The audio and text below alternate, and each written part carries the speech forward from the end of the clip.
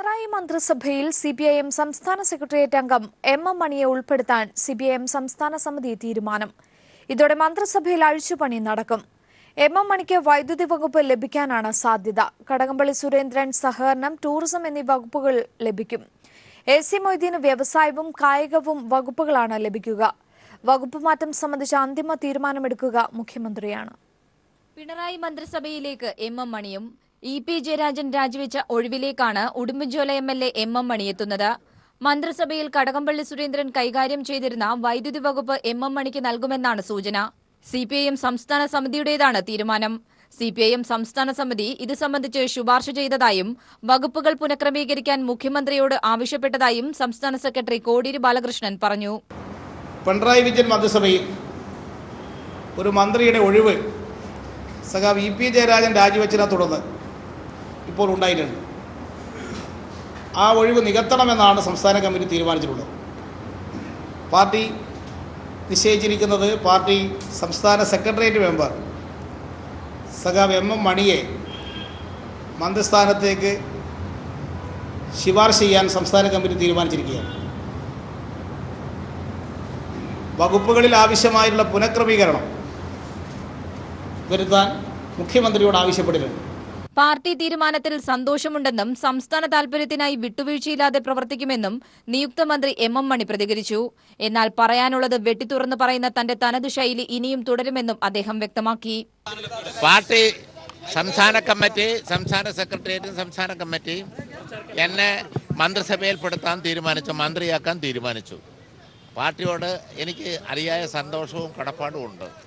അല്ല, വകുപ്പൊക്കെ മുഖ്യമന്ത്രിയാണ് തീരുമാനിക്കേണ്ടത്. അത് വരുന്നേ ഉള്ളൂ. എനിക്ക് എൻ്റേതായ ശൈലി വലിയ കുഴപ്പമൊന്നുമില്ല, അത് പോയിട്ടുണ്ട്. ഏത് വകുപ്പ് ഏൽപ്പിച്ചെന്നാലും നമ്മൾ ഒരു കൈ നോക്കും.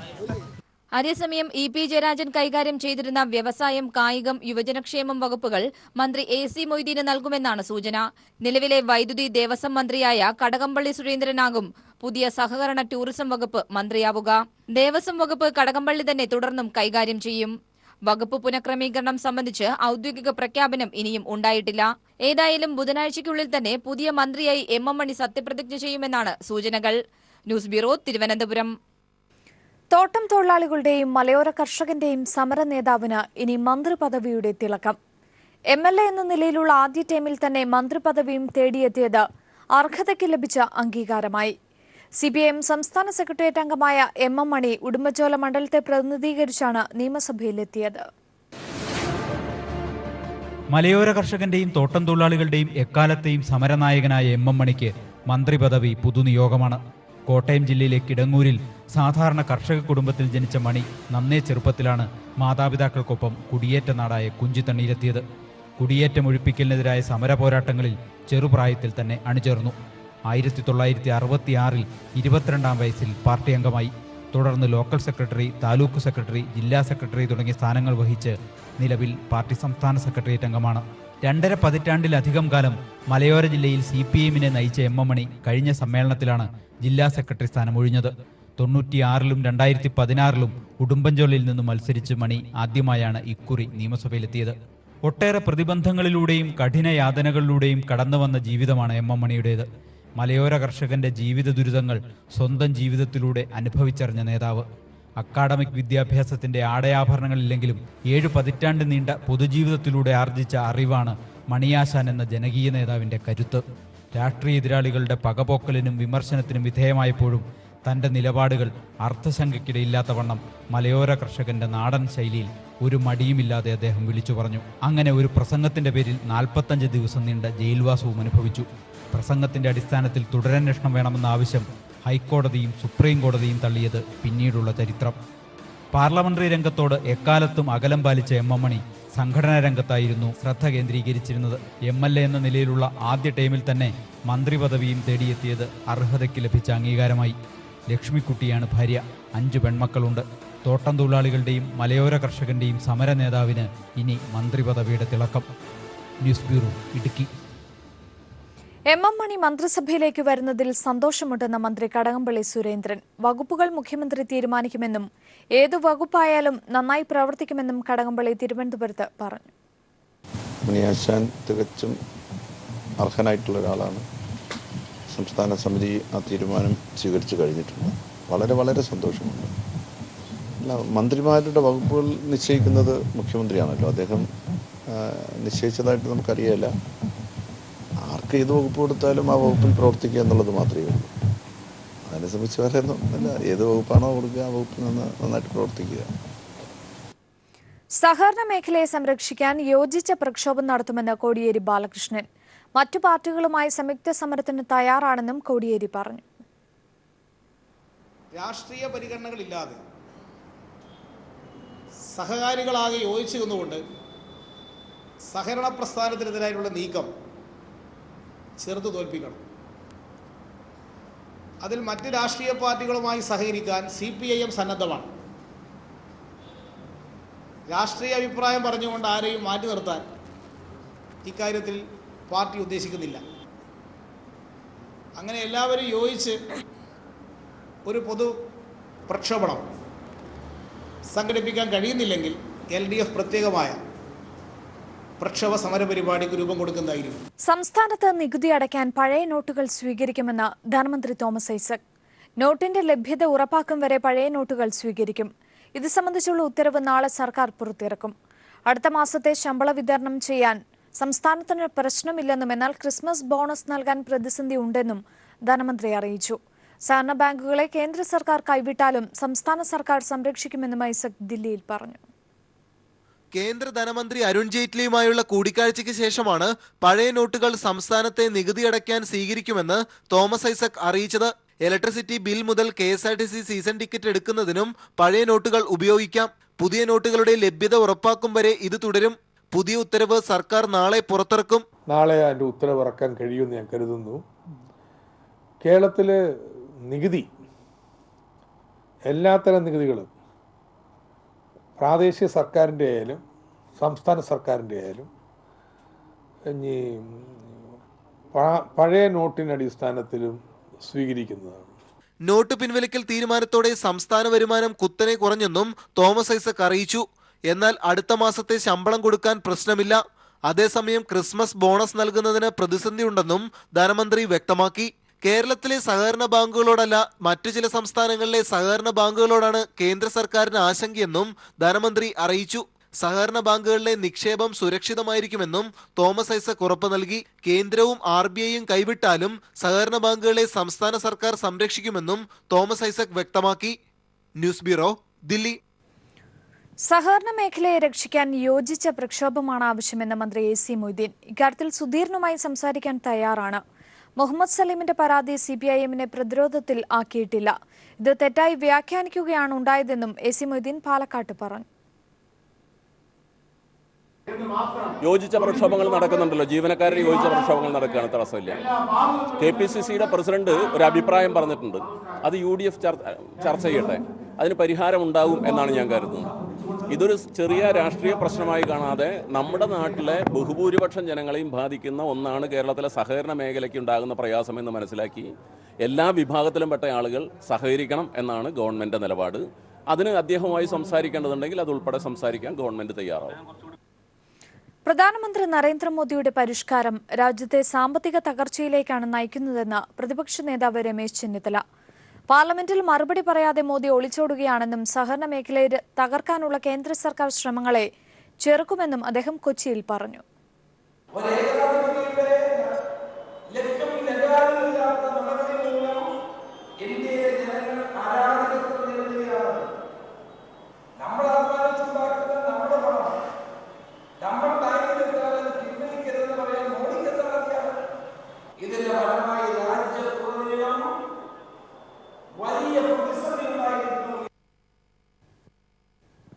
പീപ്പിൾ TV ഹാഷ്ടാഗ് ക്യാമ്പയിനിലൂടെ ഐക്യദാർഢ്യം പ്രഖ്യാപിച്ച ആതിര സഹകരണ മേഖലയിലെ പ്രശ്നങ്ങൾ ചൂണ്ടിക്കാട്ടി പ്രധാനമന്ത്രിക്ക് കത്തയച്ചു.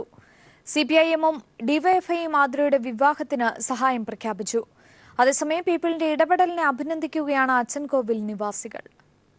പീപ്പിൾ TVയുടെ ഹാഷ്ടാഗ് ലൈഫ് ഫോർ ആതിര ക്യാമ്പയിനിനെ തുടർന്നാണ് ആര്യങ്കാവ് സർവീസ് സഹകരണ ബാങ്ക് ഭൂപണയ വായ്പ തുക ദേശസാൽകൃത ബാങ്കിലേക്ക് നിക്ഷേപിക്കാൻ തീരുമാനിച്ചത്. ഇതോടെ ആതിരയുടെ വിവാഹം മുടങ്ങുമെന്ന ആശങ്ക ഒഴിവായെങ്കിലും സംസ്ഥാനത്ത് തന്റെ കുടുംബത്തെ പോലെ നിരവധി പേർ ആശങ്കയിലാണെന്ന തിരിച്ചറിവാണ് ആതിരയെ പ്രധാനമന്ത്രിക്ക് കത്തയക്കാൻ പ്രേരിപ്പിച്ചത്. കള്ളപ്പണമോ നികുതി വെട്ടിപ്പോ അല്ലാത്ത പാവപ്പെട്ടവരുടെ ഉൾപ്പെടെയുള്ള സഹകരണ ബാങ്കിലെ നിക്ഷേപം പിൻവലിക്കാനുള്ള അവസരം ഒരുക്കണമെന്നാണ് ആതിര പ്രധാനമന്ത്രിക്ക് അയച്ച കത്തിലൂടെ ആവശ്യപ്പെട്ടത്. ആകെയുള്ള 25 സ്ഥലം ബാങ്കിൽ കൊണ്ട് പണം വെച്ചു. അത് ബാങ്കിൽ നിന്ന് പണം കഴിഞ്ഞ മാസം ചോദിച്ചപ്പോൾ ഈ മാസം 20,000 തരാമെന്ന് പറഞ്ഞു. ഞങ്ങൾക്ക് വീട്ടിൽ കൊണ്ട് വെക്കാൻ പറ്റുന്ന സാഹചര്യം ഇല്ലാത്തതിനാൽ 20,000 തീയതി മേടിച്ചോളാമെന്ന് പറഞ്ഞു. ഇപ്പം കഴിഞ്ഞ ആഴ്ച ചോദിച്ചപ്പോൾ അവർ പറയുന്നു പണം എല്ലാം മരവിപ്പിച്ചെന്ന് പറയുന്നു. അത് ഞങ്ങൾക്ക് കല്യാണത്തിന് യാതൊരു മാർഗങ്ങളും ഇല്ല. സഹകരണ ബാങ്കിൽ ജനങ്ങൾക്കുള്ള വിശ്വാസമാണ് ആതിരയുടെ കുടുംബത്തിനുള്ള പണയത്തുക നൽകിയതിലൂടെ തെളിഞ്ഞതെന്ന് പീപ്പിൾ ടിവിയോട് കടപ്പാടുണ്ടെന്നും CPIM നേതാവും കാഷ്യൂ കോർപ്പറേഷൻ ചെയർമാനുമായ S. ജയമോഹൻ പറഞ്ഞു. കഴിഞ്ഞ ദിവസം പീപ്പിൾ ടിവിയിലൂടെ പുറത്തു വന്ന വാർത്തയാണ് ഈ കാര്യങ്ങളിൽ ഇടപെടാൻ പൊതുപ്രവർത്തകരായിട്ടുള്ള ഞങ്ങളെ പ്രേരിപ്പിച്ചത്. എന്തായാലും ബാങ്കിൽ ഇടപെട്ടപ്പോൾ അവർ അവരുടെ അക്കൗണ്ടിലേക്ക് തൊട്ടടുത്ത ദിവസം തന്നെ പണം മാറ്റാം, വിവാഹം മുടങ്ങാതെ നടത്താൻ അധികം ഒരു റിസ്ക് എടുക്കേണ്ടി വന്നാലും ഞങ്ങൾ സഹായിക്കാമെന്ന് പറയുന്ന ഒരു സമീപനം ബാങ്ക് ഇന്നലെ അർദ്ധരാത്രിയോടുകൂടി സ്വീകരിക്കുന്ന ഒരു സമീപനം ഏറ്റവും സന്തോഷകരമായിട്ടുള്ള ഒരു കാര്യമാണ്. പൊതുജനത്തെ സമീപിച്ച് ആതിരയ്ക്കായി ഫണ്ട് സ്വരൂപിക്കുമെന്ന് CPIM DYFI നേതാക്കളും പറഞ്ഞു. #Live for ആതിര എന്ന പീപ്പിൾ ടിവിയുടെ ക്യാമ്പയിൻ ഫലം കണ്ടു. പക്ഷേ ഇവിടം കൊണ്ട് ഈ പ്രശ്നങ്ങൾ തീരുന്നില്ല. സമരമുഖം തുറക്കാൻ പോവുകയാണ് അച്ചൻകോവിൽ നിവാസികൾ. അച്ചൻകോവിൽ നിന്ന് ക്യാമറമാൻ പ്രമോദ് പന്നിയോടിനൊപ്പം രാജ്കുമാർ. നോട്ടുകൾ അസാധുവാക്കിയ നടപടി സംസ്ഥാനത്തെ അനാഥ മന്ദിരങ്ങളുടെ പ്രവർത്തനങ്ങളെയും പ്രതിസന്ധിയിലാക്കി. 2000-ലധികം വരുന്ന അത്തരം സ്ഥാപനങ്ങളിലെ അന്തേവാസികളും ഇതോടെ പട്ടിണിയിലേക്ക് നീങ്ങുകയാണ്. സാധാരണക്കാർ നൽകുന്ന തുച്ഛമായ സംഭാവനകളാണ് ഈ സ്ഥാപനങ്ങളെ നിലനിർത്തുന്നത്. തെരുവുകളിൽ അലഞ്ഞുതിരിഞ്ഞ് നടക്കുന്ന അനാഥരെ പുനരധിവസിപ്പിക്കുന്നതിന് വേണ്ടി പ്രവർത്തിക്കുന്ന 100 കണക്കിന് വരുന്ന ആശ്രമങ്ങളാണ് നരേന്ദ്രമോദിയുടെ നോട്ടു പിൻവലിക്കലിലൂടെ പട്ടിണിയിലായിരിക്കുന്നത്. കയ്യും കാലും നഷ്ടപ്പെട്ടവരും മാനസിക അസുഖങ്ങളുള്ളവരുമാണ് ഇത്തരം കേന്ദ്രങ്ങളിൽ ജീവിക്കുന്നത്. നാട്ടുകാരും ബന്ധുക്കളും ഉപേക്ഷിച്ചതോടെ ഇവരുടെ ജീവിതം തെരുവുകളിലായിരുന്നു. ഇവിടെ നിന്നും ഇവരെ ഇത്തരം കേന്ദ്രങ്ങളിൽ എത്തിച്ച് പരിപാലിച്ചു വരുന്ന സ്ഥാപനങ്ങളിൽ ഇപ്പോൾ പണം എത്തുന്നില്ല. സാധാരണക്കാരായ ജനങ്ങളും മറ്റും നൽകുന്ന തുച്ഛമായ സംഭാവനകളായിരുന്നു ഇവരുടെ ഒരു നേരത്തെ ഭക്ഷണം. ബ്രദർ മാത്യു ആൽബിൻ, ശാന്തി ഭവൻ. പട്ടിണിയിലെന്ന് പറഞ്ഞാൽ ഇവിടെ ഇവർക്ക് ഭക്ഷണം കൊടുക്കാൻ പോലും നിവൃത്തിയില്ല. കാരണം ആരെങ്കിലും 100-500 രൂപ കൊടുത്ത് അത് ഇവിടെ കൊണ്ടുവരുന്നില്ല. ചില്ലറ ഇല്ലാത്തതുകൊണ്ട് ആൾക്കാർ വരുന്നില്ല. നേരത്തെ ആൾക്കാർക്ക് നാട്ടുകാരൊക്കെ 100 രൂപ 200 500 50 ഒക്കെ ഇവിടെ തന്നിട്ടിരുന്നത്. ഇപ്പോൾ ഒറ്റ മനുഷ്യൻ വരുന്നില്ല ഇങ്ങോട്ട്. നോട്ടുകൾ പിൻവലിച്ചതോടെ പഴയ നോട്ടുകളും പുതിയ നോട്ടുകളും ഇപ്പോൾ ഇവരെ തേടി എത്താറില്ല. 2150 അനാഥാലയങ്ങളാണ് സംസ്ഥാനത്ത് ഇപ്പോൾ പ്രവർത്തിച്ചു വരുന്നത്. ഈ സ്ഥാപനങ്ങളൊക്കെയും ഇപ്പോൾ കടുത്ത സാമ്പത്തിക പ്രതിസന്ധി നേരിടുകയാണ്. ചില സ്ഥാപനങ്ങൾ ട്രസ്റ്റുകളും സൊസൈറ്റികളുമൊക്കെയായാണ് പ്രവർത്തിച്ചു വരുന്നത്. എന്നാൽ ഇത്തരം സ്ഥാപനങ്ങൾ പഴയ നോട്ടുകൾ സ്വീകരിക്കാൻ പാടില്ല എന്ന കർശന നിർദ്ദേശം വന്നതോടെ തെരുവിൽ നിന്നും ജീവിതത്തിലേക്ക് തിരിച്ചു കൊണ്ടുവന്ന ഈ പാവങ്ങളെ എങ്ങനെ പട്ടിണിയില്ലാതെ മുന്നോട്ട് കൊണ്ടുപോകുമെന്ന ആശങ്കയിലാണ് സ്ഥാപന ഉടമകൾ. Shajahan, news bureau, Alappuzha. മറ്റൊരു വാർത്തയിലേക്ക്. കള്ളപ്പണം ഇല്ലാതാക്കാനെന്ന് പ്രചരിപ്പിച്ച് നോട്ട് അസാധുവാക്കിയ നടപടിയുടെ പൊയ്മുഖം വീണ്ടും തുറന്നു കാട്ടപ്പെടുന്നു. കള്ളപ്പണക്കാർ പേടിക്കേണ്ടതില്ല, നിങ്ങളെ സഹായിക്കാൻ പ്രധാനമന്ത്രി ഉണ്ടെന്ന BJP മന്ത്രിയുടെ പ്രസംഗം ചർച്ചയാവുകയാണ്. ഹരിയാനയിലെ BJP മന്ത്രിയായ മനീഷ് ഗ്രോവറെയാണ് വെളിപ്പെടുത്തൽ നടത്തിയത്. നോട്ട് അസാധുവാക്കിയത് അംബാനി, അദാനി തുടങ്ങിയവരെ നേരത്തെ അറിയിച്ചെന്ന് രാജസ്ഥാനിലെ കോട്ട ജില്ലയിലെ ലാത്പുര നിയമസഭാംഗം ഭവാനി സിംഗ് രജാവത്ത് വെളിപ്പെടുത്തിയിരുന്നു. ഇതിനു പിന്നാലെയാണ് ഹരിയാനയിലെ BJP മന്ത്രിയായ മനീഷ് ഗ്രോവറുടെ പ്രസംഗം ചർച്ചയാകുന്നത്. കള്ളപ്പണക്കാരെ നിങ്ങൾ പേടിക്കേണ്ട, പ്രധാനമന്ത്രി മോദിജി നിങ്ങൾക്കൊപ്പമുണ്ടെന്ന് പ്രസംഗത്തിൽ മനീഷ് ഗ്രോവർ പറയുന്നു. काला धन कमाने वाले लोग हैं, उनको परवाह करने की जरूरत नहीं. देश के प्रधानमंत्री आपके साथ खड़े हैं, हरियाणा का मुख्यमंत्री आपके साथ खड़े हैं. जो भावना आपके मन में है कि ये शुगर मिल और आगे बढ़े, मुझे पूरा विश्वास है. കള്ളപ്പണക്കാരെ സംരക്ഷിക്കാൻ ഹരിയാന മുഖ്യമന്ത്രി മനോഹർ ലാൽ ഖട്ടാറും മോഡിക്കൊപ്പം കൂട്ടായുണ്ടെന്നും മനീഷ് ഗ്രോവർ വ്യക്തമാക്കുന്നു. ഏത് ചടങ്ങിൽ നടത്തിയ പ്രസംഗമാണെന്നതുൾപ്പെടെ പ്രസംഗത്തിന്റെ ആധികാരികത വ്യക്തമല്ല. എന്നാൽ ഗ്രോവറിന്റെ പ്രസംഗം സോഷ്യൽ മീഡിയയിൽ വൈറലായി കഴിഞ്ഞു. News desk.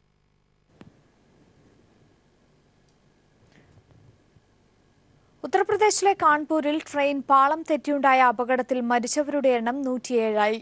150ഓളം പേർക്ക് പരിക്കേറ്റു. ഇതിൽ 50-ലധികം പേരുടെ നില ഗുരുതരമായതിനാൽ മരണസംഖ്യ ഉയർന്നേക്കും. പാറ്റ്ന ഇൻഡോർ എക്സ്പ്രസ് ആണ് പുലർച്ചെ 3 മണിക്ക് പാളം തെറ്റിയത്. റെയിൽവേ മന്ത്രി സുരേഷ് പ്രഭു ഉന്നതതല അന്വേഷണത്തിന് ഉത്തരവിട്ടു.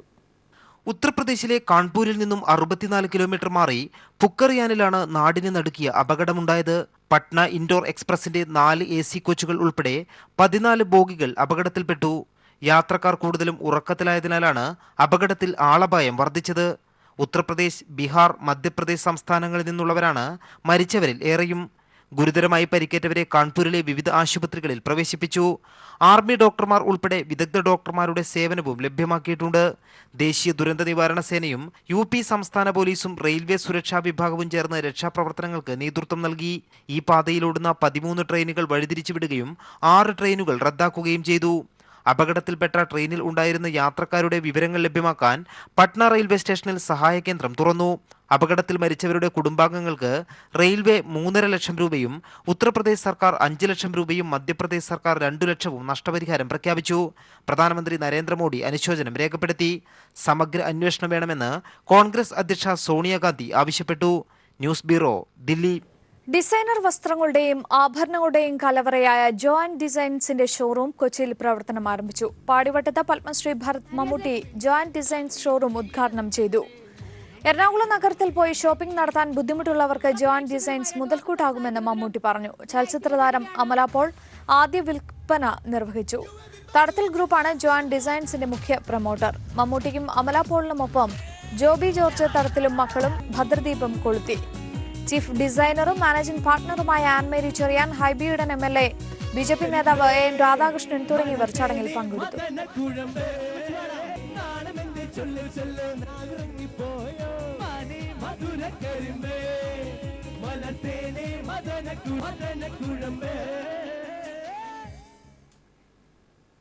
ക്യാൻസർ ബാധിതനായ മകന് തുടർ ചികിത്സ നിഷേധിച്ചതിനെ തുടർന്ന് പിതാവ് മരത്തിൽ കയറി ആത്മഹത്യാ ഭീഷണി മുഴക്കി. തൊടുപുഴ മലങ്കര തോട്ടത്തിലാണ് നാടിനെ ആശങ്കയിലാഴ്ത്തിയ നാടകീയ സംഭവം അരങ്ങേറിയത്. ക്യാൻസർ ബാധിതനായ മകന് തുടർ ചികിത്സ നിഷേധിച്ചതിനെ തുടർന്നാണ് തൊടുപുഴ മലങ്കര തോട്ടത്തിലെ തൊഴിലാളിയായ ബിനുകുമാർ ആത്മഹത്യ ചെയ്യാൻ റബ്ബർ മരത്തിന്റെ മുകളിൽ കയറിയത്. തിരുവനന്തപുരം RCCയിലെ വിദഗ്ധരുടെ നിർദ്ദേശപ്രകാരം കോട്ടയം മെഡിക്കൽ കോളേജിൽ ശസ്ത്രക്രിയ നടത്തി തുടർ ചികിത്സയിലായിരുന്നു ബിനുകുമാറിന്റെ നന്ദു എന്ന 9-കാരൻ. കടുത്ത പനിയെ തുടർന്ന് മലങ്കര തോട്ടത്തിലെ ആശുപത്രിയിൽ കുട്ടിയെ പ്രവേശിപ്പിച്ചതോടെയാണ് പ്രശ്നം ഉടലെടുത്തത്. ഡോക്ടറുടെ യോഗ്യതയിൽ സംശയം തോന്നിയ ബിനുകുമാർ പ്ലാന്റേഷൻ അധികാരികൾക്ക് പരാതി നൽകി. ഇതോടെ കമ്പനി അധികൃതർ ഈ ഡോക്ടറെ തോട്ടം ആശുപത്രിയിൽ നിന്നും ഒഴിവാക്കി. രോഗം മൂർച്ഛിച്ചതോടെ മകനെ സ്വകാര്യ ആശുപത്രിയിലേക്ക് മാറ്റാൻ ബിനുകുമാർ അനുമതി പത്രം ആവശ്യപ്പെട്ടു. എന്നാൽ ഇത് നൽകാൻ കമ്പനി അധികൃതർ കൂട്ടാക്കിയില്ലെന്ന് തൊഴിലാളികൾ തന്നെ പറയുന്നു. പലപ്പോഴും ഇങ്ങനെ റെഫറൻസ് ചീട്ട് കൊടുക്കാറില്ലായിരുന്നു. മുൻപിരുന്ന ഡോക്ടർ റെഫറൻസിനായിട്ട് ആളുകൾക്ക് ചീട്ട് കൊടുക്കാറില്ലായിരുന്നു.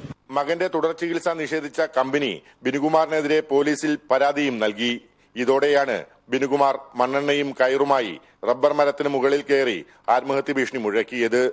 ഏറെ നേരം പോലീസും സഹപ്രവർത്തകരും നടത്തിയ അനുരഞ്ജനത്തിനൊടുവിലാണ് ആത്മഹത്യാ ശ്രമത്തിൽ നിന്നും ബിനുകുമാർ പിന്മാറിയത്. പ്രശ്നത്തിന് നാളെ പരിഹാരം ഉണ്ടാക്കുമെന്ന് പോലീസ് ഉറപ്പും നൽകിയിട്ടുണ്ട്. News bureau, Idukki. കൊച്ചി അൽഷിഫ ഹോസ്പിറ്റലിൽ മലദ്വാര ക്യാൻസർ പരിശോധനാ വിഭാഗം പ്രവർത്തനം ആരംഭിച്ചു. അൽഷിഫ MD ഡോക്ടർ ഷാജഹാൻ യൂസഫ് കൊച്ചിയിൽ വാർത്താസമ്മേളനത്തിൽ അറിയിച്ചതാണ് ഇക്കാര്യം. പ്രവാസി മലയാളികൾ, IT പ്രൊഫഷണലുകൾ, വികലാംഗർ, BPL കാർഡ് ഉടമകൾ എന്നിവർക്ക് ചികിത്സാ ഇളവ് നൽകും. Doctor PC Joseph, doctor Dileep, Sunilkumar എന്നിവരും വാർത്താസമ്മേളനത്തിൽ പങ്കെടുത്തു.